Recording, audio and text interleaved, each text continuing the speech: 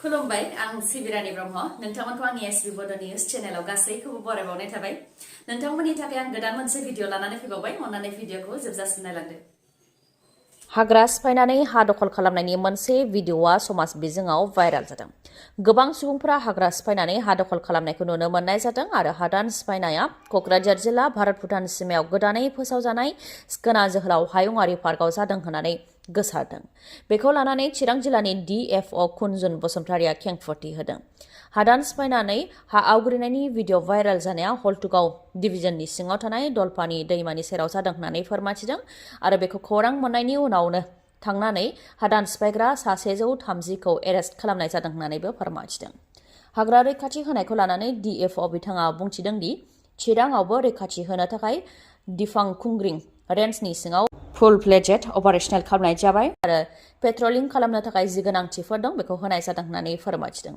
दादगारियावबो गोजाम केम्पखौ बानायफिननाय जादों आरो 2 स्टाफखौ पेट्रलिंनि थाखाय थिसननाय जादों होननानै फोरमायथिदों आरो आयेन बेरेखायै हा आवग्रिनायफोरखौ सानफ्रोमबो होस्रांनाय जागासिनो दं जुदि सोरखारा बिथोन होयोब्ला गोबां सुबुंफोरखौ होस्रांनो राजि होनानैबो चिरां जिल्लानि DFO बिथाङा फोरमायथिदों मख'नो गोनांदि भिडिअ भाइराल जानाय सुबुंफोरा हादान सिफायनो थाखाय बायदि मुवा बेसाद लानानै थांनायखौ नुनो मोननाय जादों आरो हाग्रा बंग्रा एवस्रांनानै बैसां खानानै त्रिपाल खोंनानै न' लुनानै थानायखौबो नुनो मोननाय जादों हा आवग्रिनो फैनाय सुबुंफोरा क'क्राझारनि बाक्सानि चिरांनि अभयापुरी आरो गुबुन गुबुन जायगानिफ्राय फैनाय होननानैबो फोरमायथिदों गोबां नाजानायनि उनाव 29 नभेम्बराव सुप्रिम कर्टआव NTAPनि गायसनगिरि आरो आफादगिरि रन्जन दैमारिनि बेल हियारिं जागोन बेनिखायनो दिनै अदेबानि 28 नभेम्बराव आलारि बाथि फोजोंनाय हाबाफारि लादों इउनाइटेड फराम अफ एक्स NTAPनिफ्राय मोनफ्रोमबो जिल्ला आरो ओनसोलफोराव इउनाइटेड फराम अफ एक्स NTAPनि बानजायनायाव दिनै बेलासिनि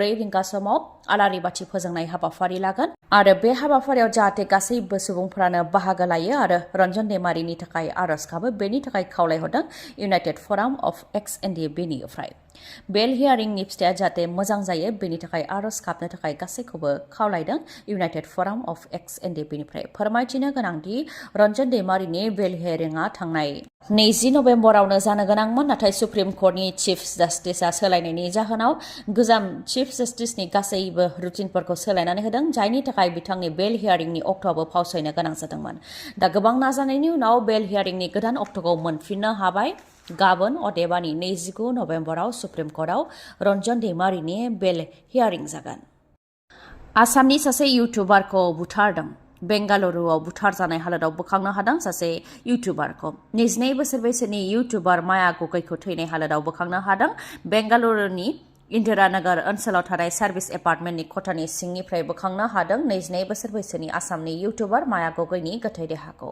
CCTV केमेरानि सायाव बिथा खालामनानै पुलिसआ फोरमायथिनाय बायदिब्ला माया गगै आरो केरालानि अरब हनै मुंनि सासे सुबुङा 23 नभेम्बराव सानजौफु 2:30 सार्भिस एपार्टमेन्टआव फैदोंमोन बेनि उनाव फुंनि समाव अरब हनै मुंनि सुबुङा टेक्सिजों ओंखारलांदोंमोन ओजोंहाय हटेलनि मावथिफोरा फुंनि समाव ब्रेकफास्ट होनो फैनायाव खथाखौ बेखेवैनि थाखाय आरो खथा सिंनिफ्राय मोनामनाय मोननायनि थाखाय गुबुन साबिजों खथाखौ बेखेवनानै नायदोंमोन बेयावनो थैनाय हालोदाव माया गगैखौ बोखांनो हादों फोरमायथिनाय बायदिब्ला गोफार हाथियारजों गोबां खेब सुनानै माया गगैखौ बुथारनाय जादों आरो खथानिफ्राय गोफार हाथियारजों लोगोसे नायलननि थारबो बोखांनो हादों जायखौ अनलाइननि गेजेरजों अर्डार खालामनाय जादोंमोन होननानैबो फोरमायथिदों पुलिसआ जाथायनि सायाव नायबिजिरनाय हाबाखौ जागायबाय आरो बे बुथारनाय जाथायाव अरब हनैनिनो आखाय थानायनि सन्देह खालामदों आरो अरब हनैखौ नागिरनायनि खामानिखौ जागायबाय होननानैबो फोरमायथिदों सोरखारि बा प्रभिन्सियेलाइज स्कुल कलेजफोराव टिउसन फिस लानो मोननाय नङा बे गोख्रों बिबुंथिखौ होदों आसामनि सोलोंथाइ बिफाननि मन्थ्रि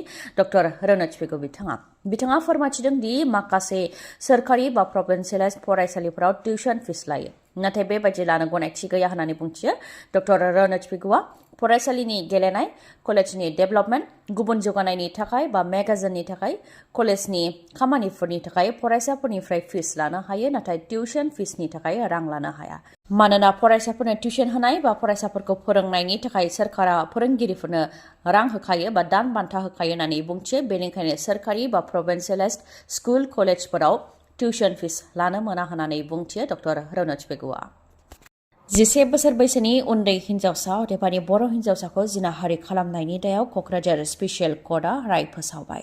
दुथां निरन मुसाहारिनि हेंथायै क'क्राझार स्पेसियेल कर्टआ राय फोसावबाय।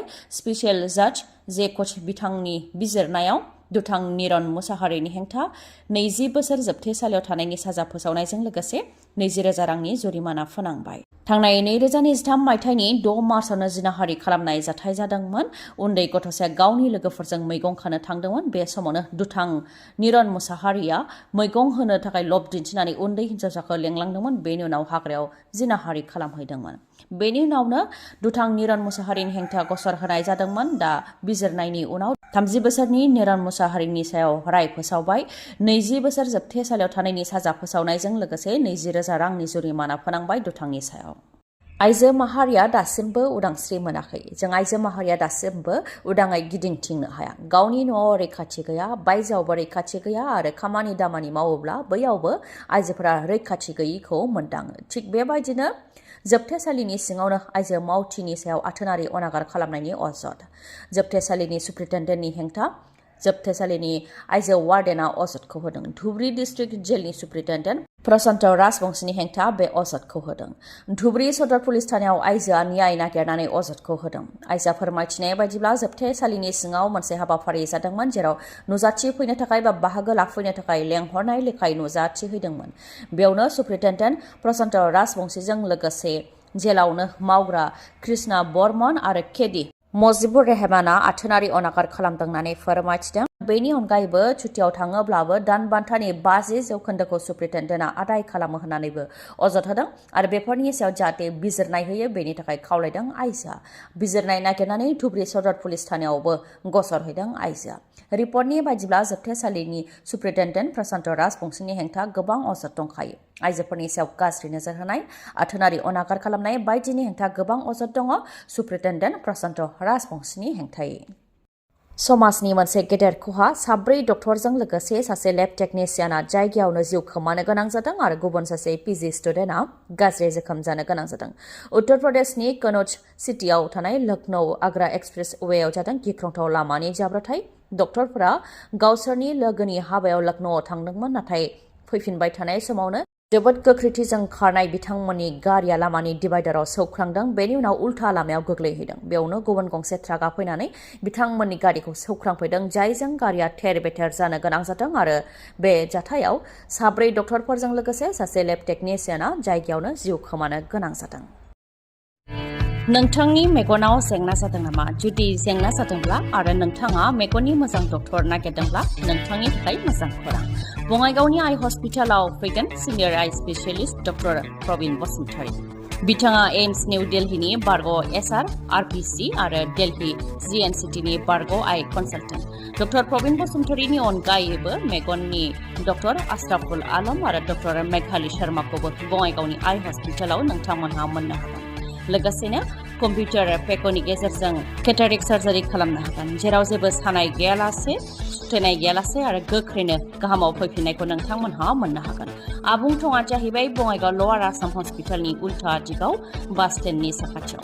फुंनि 10 रिंगानिफ्राय मोनाबिलि 7 रिंगासिम मेगननि डक्टरखौ मोननो हागोन बे बङाइगावनि आइ हस्पिटालाव।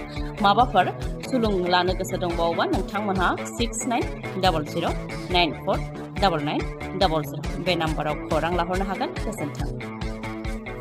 दिनैनि भिडिअ'आ एसेनोसै। गाबोन आरो गोदान भिडिअ'जों लोगो मोनफिनबावगोन। नोंथाङा दासिमबो आंनि चेनेलखौ साबस्क्राइब खालामाखैबा अन्नानै साबस्क्राइब खालामदो, लोगोसे लाइक, कमेन्ट आरो शेयार खालामनो दाबाव। गोजोन्थों।